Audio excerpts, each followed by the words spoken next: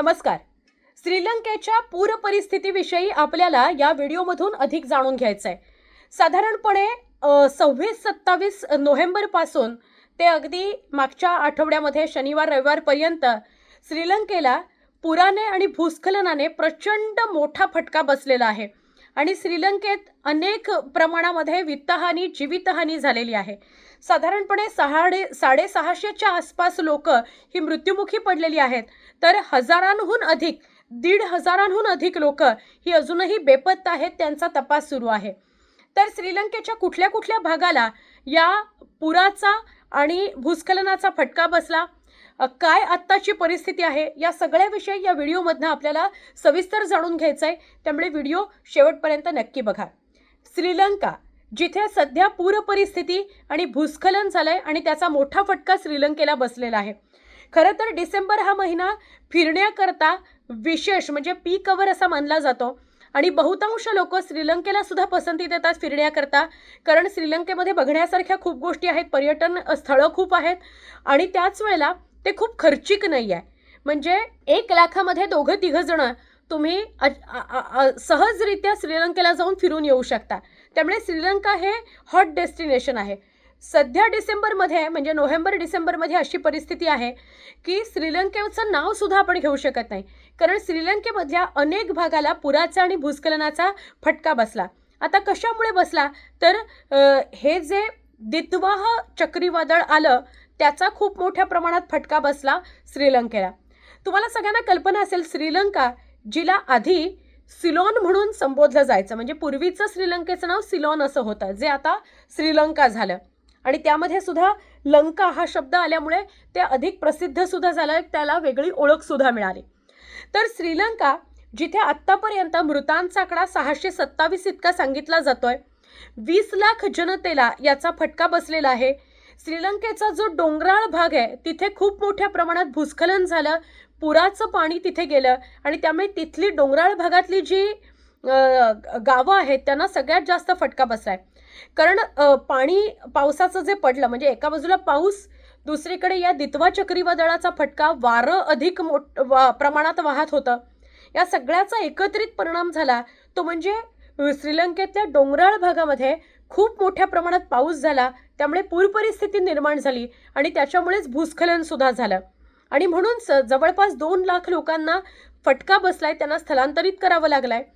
तर दितवा या चक्रीवादळाचा श्रीलंकेला फटका बसला तो पूर आणि भूस्खलनाच्या रूपामध्ये.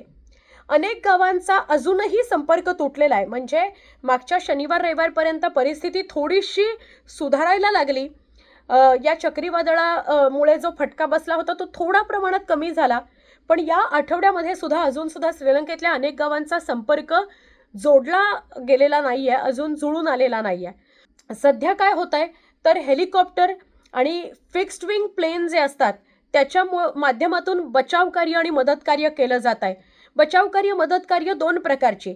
एक प्रकार म्हणजे या फिक्स्ड विंग प्लेन्स जे आहेत किंवा हेलिकॉप्टर्स जे आहेत त्या माध्यमातून जे अडकलेले असतील त्यांना खाद्यपदार्थ पुरवणं, पाणी पुरवणं, रसद पुरवणं, काही जीवनावश्यक वस्तू ज्या असतात त्या सगळ्या पुरवणं, हे एक प्रकारचं कार्य. आणि दुसरं बचाव कार्य असं ते म्हणजे जे कोणी अडकलेले आहेत, ज्यांना सुरक्षित स्थळी यायचं आहे त्यांना सुरक्षित स्थळी घेऊन येणं. पूर्ण श्रीलंकेमध्ये साधारणपणे 150हून अधिक मदत केंद्र उभी केली गेलेली आहेत, जिथे या सगळ्यांना त्यांच्या त्यांच्या गावांमधून उचलून आणलं जातं, कारण तिथे परिस्थिती अजूनही भयावह आहे. तर त्यांना त्यांच्या त्यांच्या गावातून उचलून आणलं जातं आणि या मदत केंद्रामध्ये ठेवलं जातं, जेणेकरून ते व्यवस्थित श्वास घेऊ शकतील, त्यांना अन्नपाणी व्यवस्थित मिळेल, ते जगतील, त्यांच्या जीवाला तरी धोका असणार नाही. तर भारताकडून श्रीलंकेला मदत कार्य गेले, भारताकडूनच नाही अनेक देशांकडून श्रीलंकेकडे मदत कार्य गेलं, पण त्यामध्ये भारताकडून जे मदत कार्य गेलं ते चांगल्या प्रतीचं 2 टनाचं वेगवेगळं जीवनावश्यक साहित्य त्यांच्यापर्यंत पोहोचवलं गेलं आणि त्याला नाव सुद्धा खूप चांगलं दिलं गेलंय. सागर बंधू असं या उपक्रमाला नाव दिलं गेलंय. म्हणजे भारताकडून श्रीलंकेला जी आपत्तीग्रस्त भागाला मदत पोहोचवली गेली त्याचं नाव सागर बंधू असं दिलं गेलंय आणि जवळपास 2 टन इतकं जीवनावश्यक साहित्य या मोहिमेच्या माध्यमातून, सागर बंधूच्या माध्यमातून श्रीलंकेला ऑलरेडी पोचलेला आहे. सुरुवात कुठून झाली मी तुम्हाला सांगते. दितवा या चक्रीवादळाचा फटका हा 26-27 तारखेला श्रीलंकेला बसेल. 26-27 नोव्हेंबर हा श्रीलंकेला बसेल असं सांगितलं गेलं होतं आणि त्याप्रमाणे तो बसला सुद्धा. आता कोणत्या भागाला बसला तर साधारणपणे बंगालच्या खाडीमध्ये हे दितवा चक्रीवादळ निर्माण झालं. दक्षिण पश्चिमेला ते दितवा चक्रीवादळ निर्माण झालं आणि 26-27 नोव्हेंबरच्या आसपास ते कमी दाबाचा पट्टा निर्माण झाल्यामुळे या चक्रीवादळाने अधिक चक्राकार रूप घेतलं, अधिक उग्र रूप घेतलं आणि वादळ नॉर्थकडे म्हणजे उत्तरेकडे वळायला सुरुवात झाली. हे चक्रीवादळ उत्तरेकडे वळलं आणि मग श्रीलंकेच्या पूर्व किनारपट्टीला जाऊन धडकलं. 26-27 नोव्हेंबरच्या आसपास परिस्थिती वारं, वादळ, पाऊस जास्त असं व्हायला लागलंच होतं श्रीलंकेमध्ये. आणि मग 28, 29, 30 नोव्हेंबरच्या दरम्यान चक्राकार चक्रीवादळ हे श्रीलंकेला प्रचंड पाऊस, त्यामुळे निर्माण झालेला पूर आणि मग भूस्खलन याच्या तडाख्यात त्याने नेऊन सोडलं या दितवा चक्रीवादळाने. म्हणजे आधीपासून पाऊस होताच आणि त्याच्यावर गंभीर रूप धारण केलं ते दितवा चक्रीवादळाच्या फटक्यामुळे. तर अशा प्रकारे पूर्व किनारपट्टी जी आहे श्रीलंकेची तिथे खूप मोठ्या प्रमाणात फटका बसला या दितवा चक्रीवादळाचा आणि डोंगराळ भागाला सुद्धा खूप मोठ्या प्रमाणात फटका बसला आणि त्यामुळे अनेक ठिकाणी परिस्थिती गंभीर बनत गेली. आता कुठले भाग असे आहेत श्रीलंकेचे जिथे खूप मोठा फटका बसला तर मातले, कोलंबो जे श्रीलंकेची राजधानीचं शहर आहे आणि सगळ्यात मोठं शहर आहे, कोलंबोला सुद्धा खूप मोठा फटका बसला या पूर परिस्थितीचा आणि भूस्खलनाचा. तर मातले, कोलंबो, गंपा, पोलोन्नास रुबा, त्याच्यानंतर कुरुन्नेगला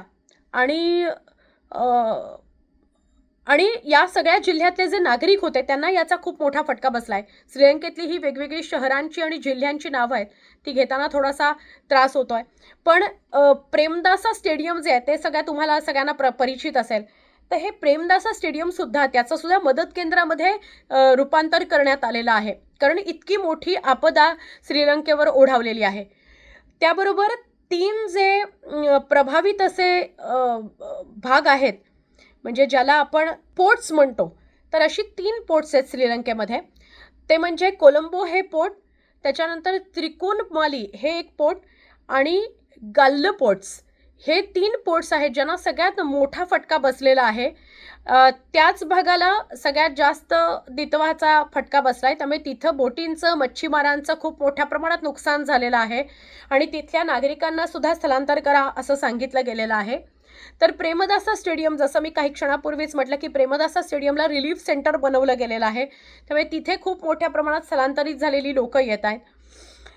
तर श्रीलंकेला जो फटका बसलाय तो 20 लाख जनतेला बसलाय आणि 627 लोकांचा मृत्यू झाला अशी माहिती मिळते.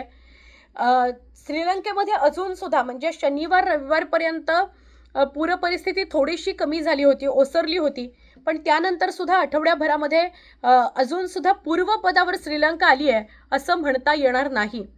याच्याविषयीचे सुद्धा काही अजून अपडेट तुमच्याकडे असेल तुम्ही कमेंटमध्ये आमच्यापर्यंत नक्की पोहोचवा.